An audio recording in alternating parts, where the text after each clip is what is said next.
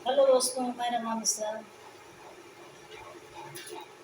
आजकल के जो गांव-गांव के सरपंच जिसको बोलते थे, पहले प्रधान बोलते हैं, सरपंच बोलते हैं, एक ही बात है, कुछ भी बोले सरपंच प्रधान, जो गांव के मुखिया बनाए जाते हैं। जब चुनाव आता है तो बड़े-बड़े वादा करते हैं, बड़े-बड़े वादा करते हैं जनता से, हाथ जोड़ते हैं, प्रणाम करते हैं, घर-घर जाते हैं।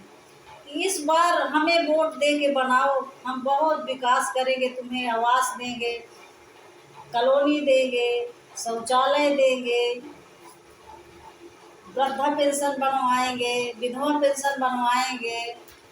क्या प्रधानी बनते ही पूरे मुद्दा भूल जाते हैं प्रधान, पूरे मुद्दा ही भूल जाते हैं। पहले जब चुनाव रहता है तो ऐसे करके हाथ जोड़ते हैं, लेकिन जीतने के बाद तो हर प्रधान ऐसा देखता है, नीचे देखता नहीं कि जनता कौन है। 5 साल के लिए फिर भूल जाते हैं, फिर जब चुनाव आता है तो फिर सिर झुकाते हैं। तो क्या हम सरकार से ये करते हैं कि गौशाला का पैसा खा गए तो किसान दिन भर डंडा लिए खेतों में भागता है जानवर, कोई भी फसल नहीं बचती। इतना महंगाई है, जुताई बुआई सिंचाई, मजदूरी महंगी है, जो गरीब आदमी है दे के किसी तरह से फसल को उगाता है। अब अगस्त का महीना निकलने वाला है, आज 22 अगस्त है, अभी भी गौशाला में कोई जानवर बंधे नहीं हैं। अब बताइए, अगस्त जाने वाली 22 अगस्त है, अभी भी गौशाला में जानवर नहीं बंधे। हमारी सरकार तो कहती है, बड़े बड़े वादा करती है कि हर महीना गौ माता है, गौ माता है तो गौ माता है पूरा छुट्टा अन्ना चरेगी तो किसान और जो व्यक्ति है तो क्या खाएगा। गौ माता अगर सारी चर लेगी तो आदमी इंसान क्या खाएगा, सरकार क्या खाएगी, आम जनता क्या खाएगी। जो देश विदेश में ये राशन जाता है तो वही किसान तो पैदा करके देता है, पैसा बराबर पेमेंट होता है। जितनी गाय हैं कभी बांधी नहीं जाती, आज भी अन्ना है, नाम के लिए बेड़ा जाता है 150 जो 10-20 है, पूरी अन्ना आज भी है, किसान परेशान है। तो क्या इसमें कोई अधिकारी कर्मचारी सरकार हमारी कार्रवाई नहीं कर रही है। झूठ गौशाला का पेमेंट हो गया, कागज में पूरी गाय पूर रहे, जहाँ 100 बांधे हैं तो 500 गाय का पेमेंट हो गया। मनरेगा का फर्जी भुगतान हो गया, बोर्ड वहाँ गाड़ दिए गए बनवा के, काम कोई नहीं नज़र में आता। लेकिन जब बोर्ड बनवाते हैं ना गांव के प्रधान, तो इतना बोर्ड में पैसा खर्चा करते हैं कि प्रधानी चली जाए, बोर्ड टूटे फूटे ना। जब वहाँ जाके पहुँच के देखो तो बोर्ड में रिश्वत काट देते हैं, अब बाकी और दर्शा देते हैं, रिश्वत काट देते हैं कि इतना भुगतान हुआ, और बाकी बोर्ड लगा दिया जाता है।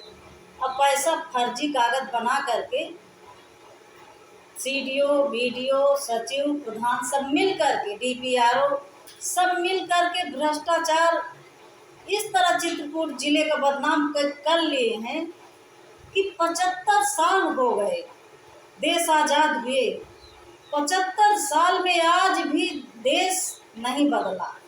तो अब कहाँ से बदलेगी।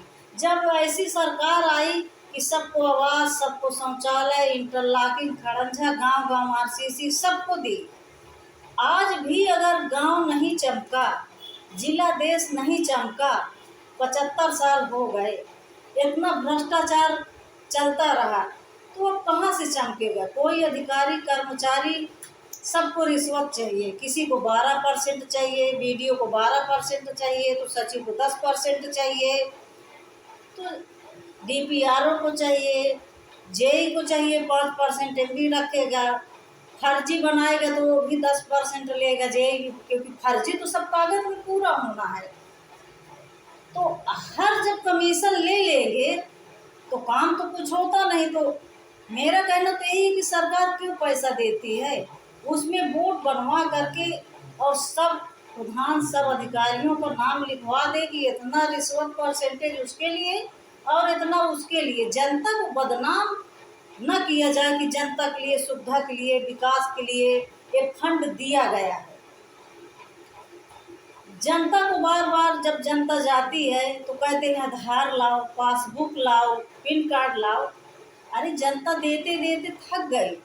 आज भी अपने जो खास हैं प्रधानों के, उसे तो सरकारी सर्विस जो करते हैं उसे 5-5, 3-3 घर में जो लोग सर्विस करते हैं, 3-3 आवास, 3-3 शौचालय मिल गया। और जो बेरोजगार है, जिसके छत्र छाया नहीं है, खपड़ा बंगली ताने हुए पन्नी डाले, उसके लिए कह रहे हैं गांव गांव के प्रधान की सूची में नाम नहीं है, तुम्हें नहीं मिलेगी। तो क्या सर्विस मैन के लिए सरकार हमारी दे रही है आवास, गरीबों के लिए नहीं है? शौचालय क्या रईसों के लिए है, गरीबों के लिए नहीं है? आखिर क्यों नहीं निगरानी कर रही है कि ये शौचालय कहाँ गया? फर्जी किसी दूसरे के नाम का दूसरे को काट के दे दिया जाता है। सरकार हमारी इतना तो वादा की, लेकिन निगरानी नहीं कर पाई, कोई कार्रवाई नहीं कर पाई। इस सरकार में जितना हमारी सरकार पैसा दी उतना भ्रष्टाचार हुआ है, विकास नहीं हुआ, भ्रष्टाचार।